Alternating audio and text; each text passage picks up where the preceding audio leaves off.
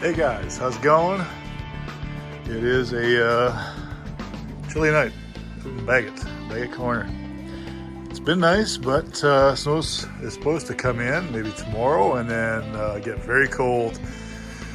Back to minus 20, minus 30, you know, usual deep freeze.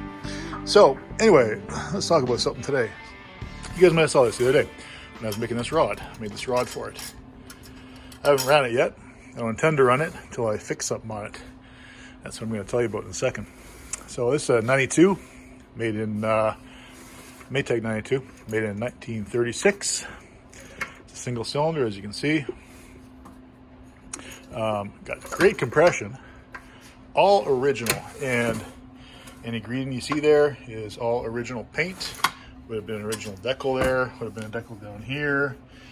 That's your caution plate, would have been black, been rubbed off. There also would have been a decal, I believe, down here. Like I said, all original. Lots of little brass fittings and things like that.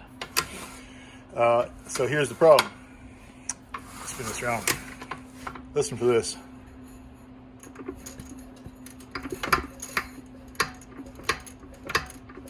Hear that? That's coming from back here. That's not a problem up here. Up here, that'd be the wrist pin, but it's not. A wrist pin makes a little different noise. It makes a kind of a hollow knock. It's a very sharp clatter, or call it a knock, but it may not be. I'll tell you what I think that is. I believe that that's the crankshaft pin, crank pin, loose inside the big end of the connecting rod. Why would that be? Well, that's going to be because this washer, or sorry, this motor, which came off a washer, probably washed a million loads of laundry, and it's kind of wore out. It does have really good compression, so I mean, in that respect, it was taken care of and probably really heavily oiled, and you know, I can see there's lots of buildup in there. And so before we run it, the thing to do is to fix that rattle. How are we going to do it? Pull the jug off, pull the mixer off, and get a look at the piston and the rod and the connecting rod and the piston rod and the big end cap. Take the big end cap off and disconnect it all. Pull the piston and connecting rod out the front way, or whatever way it's going to come, and see if we can address that little problem there. So let's get you up on the stand. Let's get some stuff taken off and see where we go. All right, well, let's begin, huh? Oh, where to start? Let's start down here. No, we can't start there. Gotta take that rod off first. So let's begin there. Actually, let's get that plug out of the way. A nice brass top. Nice. I was really surprised when I got this motor. What great shape it was in, actually. And I mean, I can kind of tell that somebody has been looking at it, or maybe tried to get it running, because when I looked in the fuel tank, we got maybe about 10 ounces of oil they dumped in there. But you know what? If you're just going to leave it sit and not run it, then sure, I mean, go ahead and do that. Just save me the aggravation of having to clean all the rust out later on. Oh, come on, get out there. I made this, by the way. You can't tell, can you? No. This was just a, you go down to your local dollar store and pick yourself up a, what do they call them? A paletting knife, or like a metal spatula. Oh, look at that. See, I broke that. To make a new rod now. Whoops. Just like I told you how I made one the other night. Yeah. Oh well. Paletting knife, I think it's called, and they're like $1, and it's nice spring steel. Works as a kill. What else? We take the head off, loosen all the bolts. Nothing is. What's nice here is it's not rusty, so it's been kept out of the damp locations anyway, which is kind of nice. Covered in rust. This is I guess this would be the second 92 I own. The other one I picked up from a couple friends of mine not too far from here. Norm Smythe and his dad Art. Got it from them. I've been looking for one for a while, you know, and they're not plentiful around here. Maytags in general are not in plentiful supply in Manitoba. Not really sure why that is. I think they sold Maytags in Canada. Maybe they didn't, but I know the washing machines around here, they're on gas power. Use those like those Briggs WMB engines and those Johnson Iron Horse. Okay, let's slide this off here. See this? Slide it right off. Pull it off with the piston. Still on, rings, there you go. Yeah, it's nice. You see that? It's actually a nice looking cylinder. You probably can't see in there, it's a bit too dark, but trust me. No scratches, no nothing. That is a nice cylinder. By the way, there's your piston. This just continues to get in my way. Let's move out of the way. That ring's a little bit sticky. That one's good. Good. No broken rings. Piston looks really good. Yeah, I like that. Let's check this wrist pin. Oh man, there's very, very little. There might be, I'll go maybe 1.5 thou wear on that. It's not bad at all. So it's stayed well lubricated throughout its life. Or I mean, who knows? Maybe it's been repaired, but maybe it's been changed sometime. But by the look of it, nothing. You know, before you run these things, you always want to have a look inside.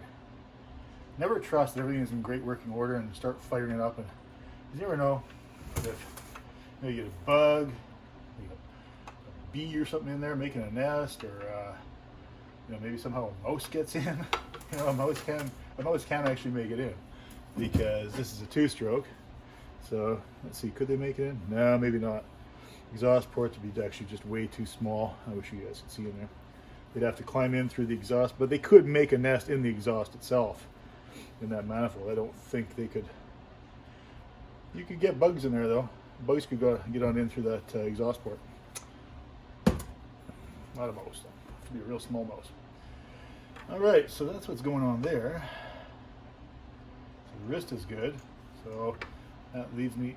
Oh yeah! Wow, that is some play. You guys see that? I'll zoom in for you for a second.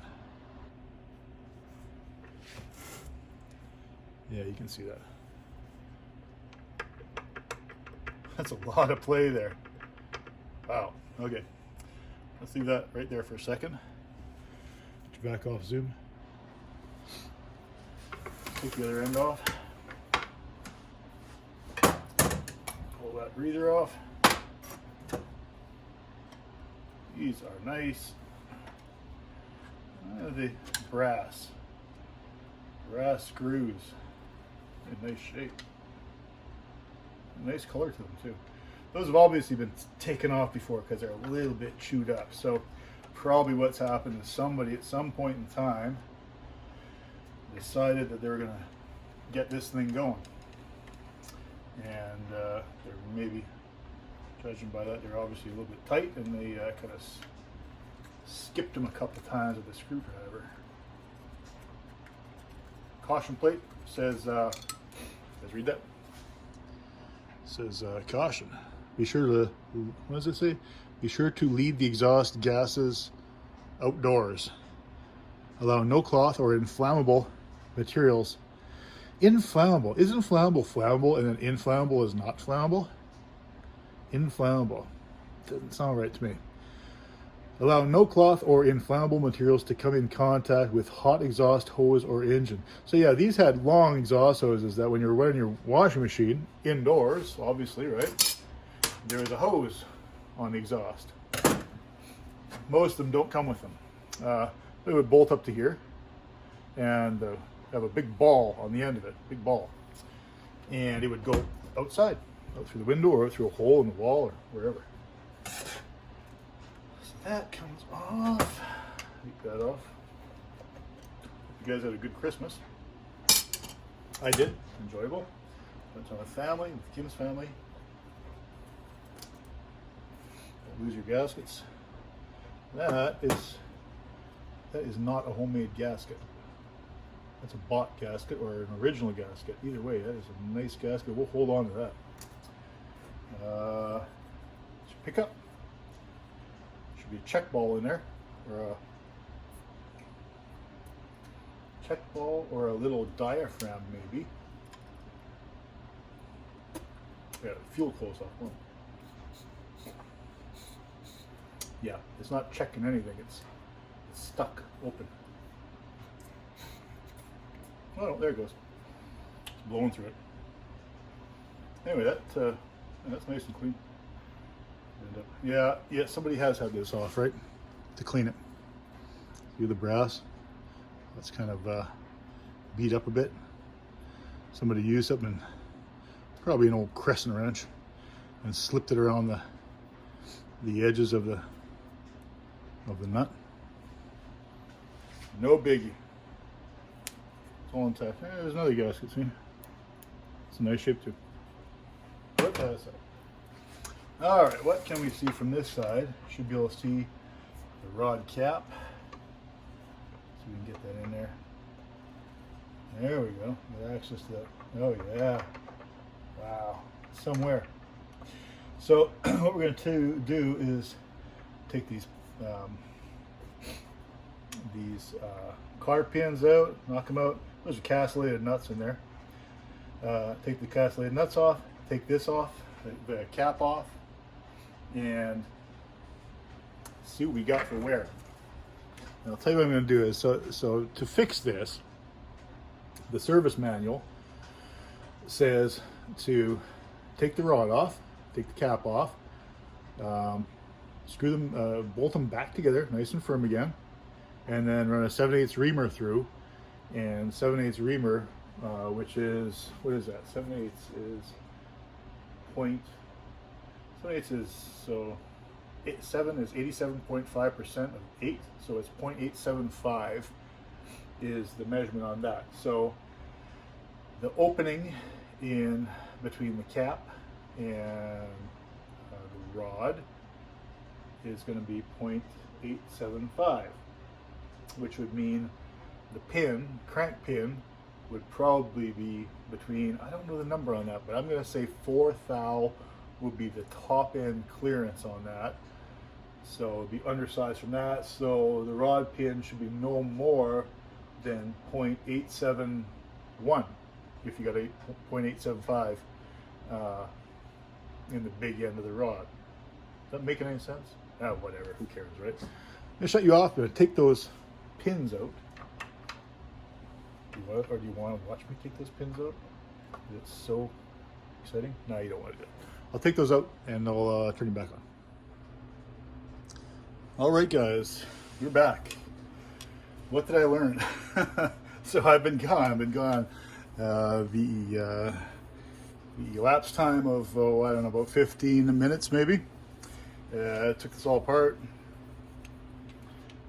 Mark it. It goes that way.